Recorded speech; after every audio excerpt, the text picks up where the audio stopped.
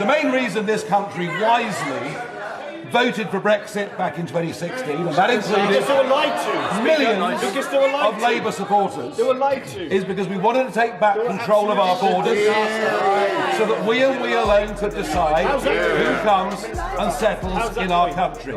Does the Prime Minister understand? On his watch, taxes are up, unemployment is up, inflation is up, and this weak Prime Minister has been forced into a series of chaotic U-turns. What you're about to witness isn't just surprising, it's a wake-up call. During a parliamentary session that spiraled into complete disorder, the chamber turned into a shouting match where MPs could barely hear one another, and the Prime Minister was confronted over repeated contradictions that raised serious questions about credibility.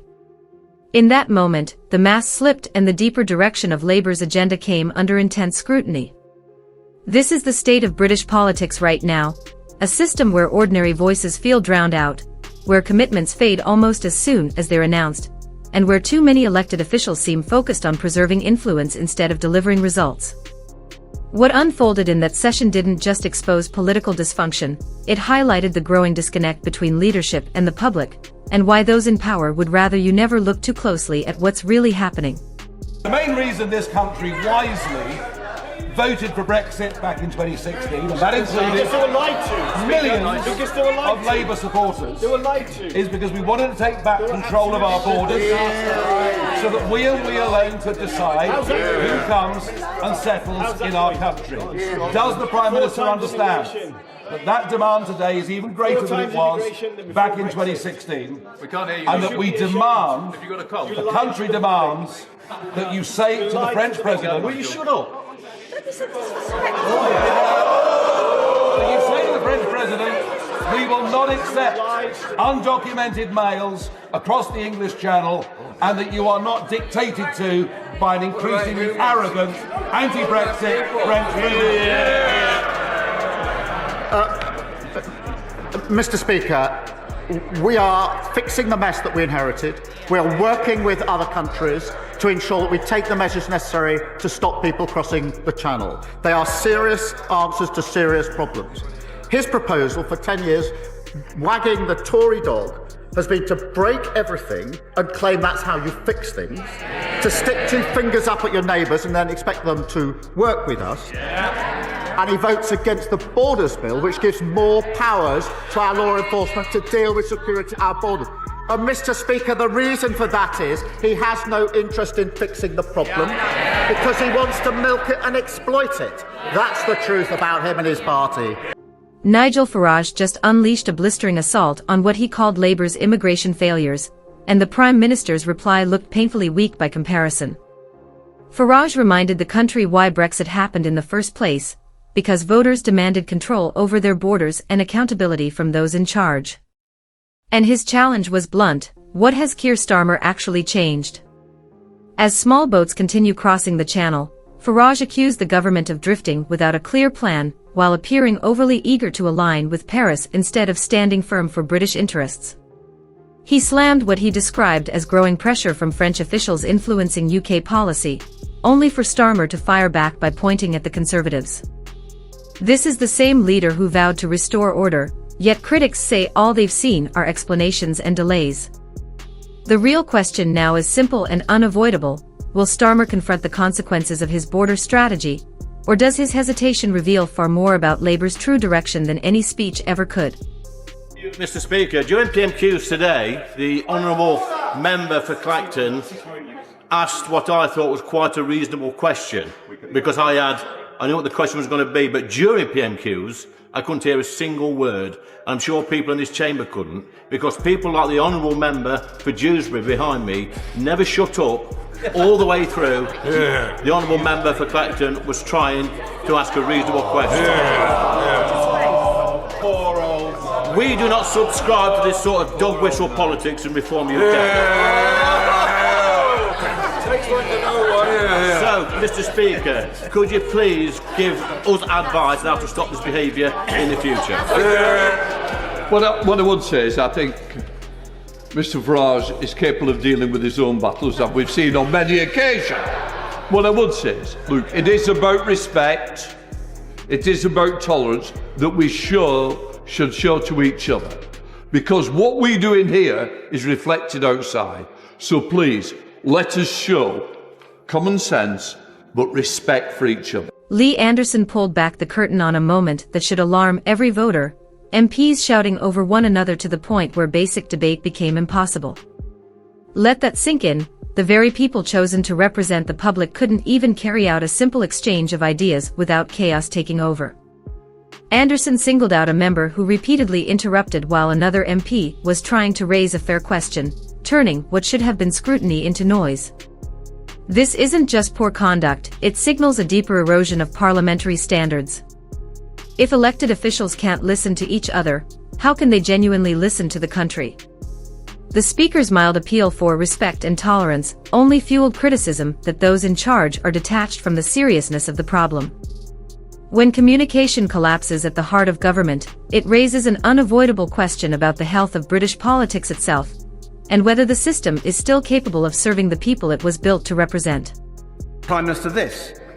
If he genuinely wants to fix the problem and not strip away the rights of children and parents in some cost-cutting exercise, then we have 72 votes to help.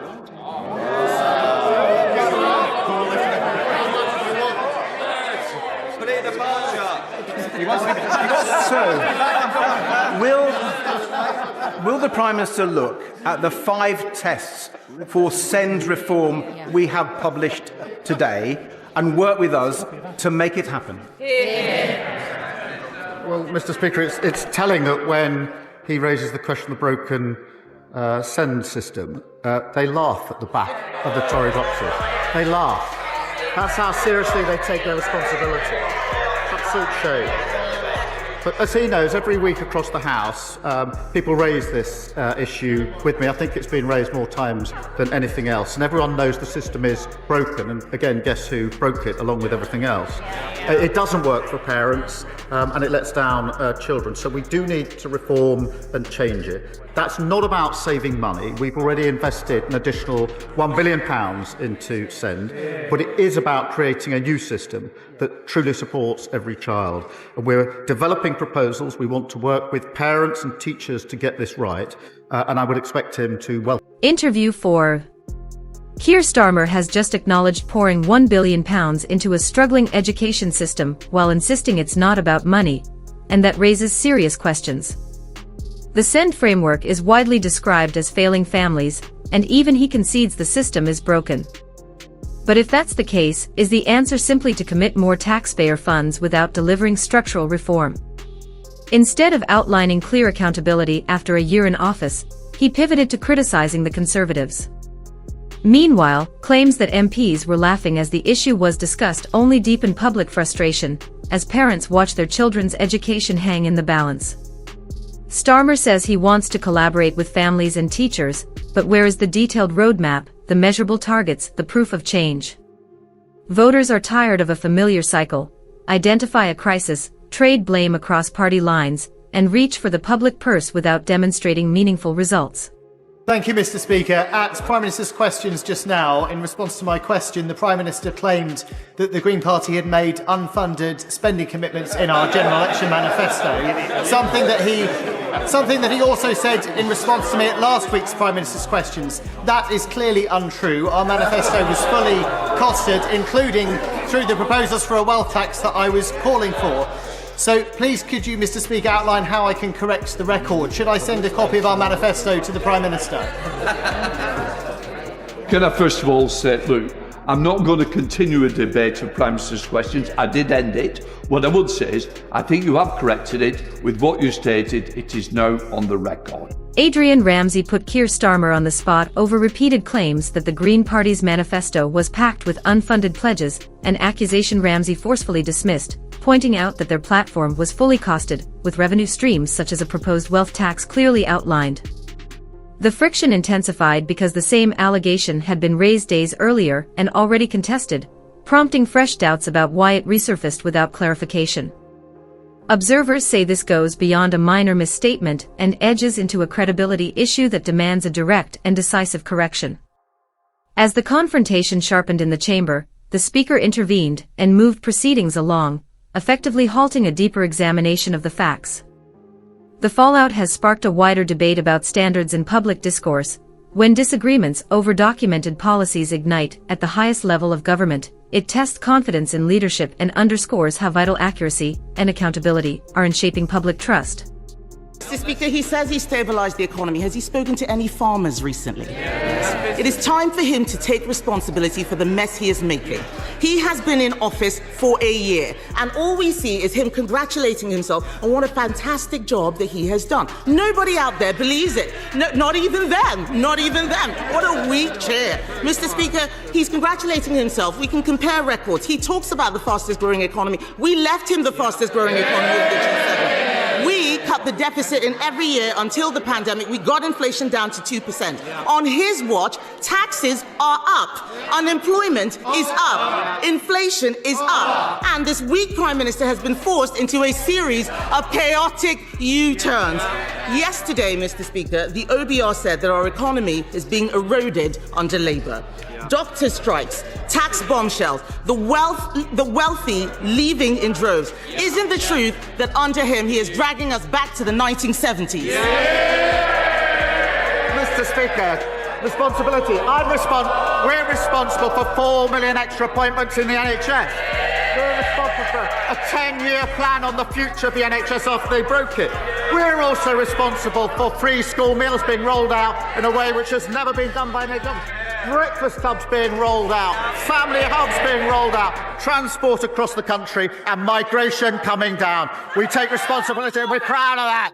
Conservative leader Kemi Badenoch launched a fierce attack on what she described as the government's economic record, arguing that under Keir Starmer taxes have climbed, inflation has remained stubborn, and unemployment pressures are biting households across the country. She pointed to warnings from the Office for Budget Responsibility about weakening growth, framing them as evidence that Labour's direction is putting strain on the economy. In response, Starmer highlighted progress in areas such as millions of additional NHS appointments, attempting to shift the focus toward public service delivery rather than bleak forecasts. But Badenoch doubled down, accusing him of ignoring the broader financial picture and steering Britain toward an era of stagnation marked by industrial unrest and rising fiscal pressure. The clash laid bare a widening divide. Critics see a leadership celebrating selective wins while families feel squeezed by higher costs, and supporters argue tough choices are part of long-term repair. At its core, the debate reflects a deeper question about whether the current strategy is genuine recovery or a disconnect between Westminster optimism and everyday reality. We're focused on getting our money back. I can confirm the Commissioner is now investigating fraud involving bounce back and business support loans. And we will continue to go after the fraudsters, the drifters and the con artists, no matter who they are or where we find them. That opening statement points to a sweeping fraud investigation into bounce back and business support loans, a necessary move to recover public funds from those who exploited emergency schemes. But it also raises a harder question. How did such vast sums slip through the net in the first place, and who was responsible for oversight? The fact that billions were lost during a national crisis, then referenced almost in passing, has fueled frustration among taxpayers already grappling with rising costs. Critics argue that chasing wrongdoing after the damage is done isn't enough. They want transparency about the safeguards that failed and clarity on whether recovery efforts will justify their expense. Layer that onto scenes of disorder in Parliament, fierce disputes over accuracy in debate, and clashing narratives about the economy, and the picture becomes one of mounting distrust. For many watching, this isn't just another political skirmish, it's a test of accountability, competence, and whether those in power are truly prepared to confront systemic failures head-on rather than manage the fallout. This feels like a system that's lost the confidence of the people it's meant to serve.